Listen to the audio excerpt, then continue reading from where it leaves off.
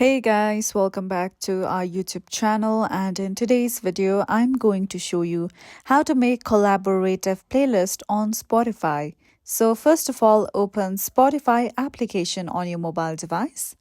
Now from here, just tap on the name of a song. So I'm going to tap on this song right over here.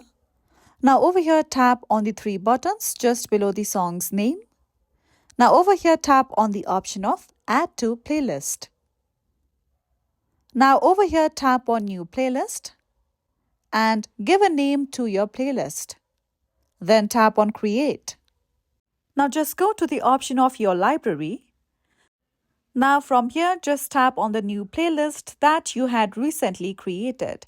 Now over here, you'll see a plus button. Simply tap on that plus button. And over here, you have to invite collaborators. If you scroll down below, you can see various applications. You can share this playlist too. So you can tap on any of these social media applications. I'm going to tap on Instagram messages.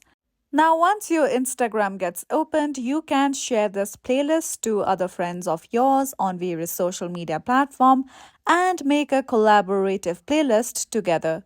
So that's it for today's video, and at last, don't forget to subscribe to our YouTube channel.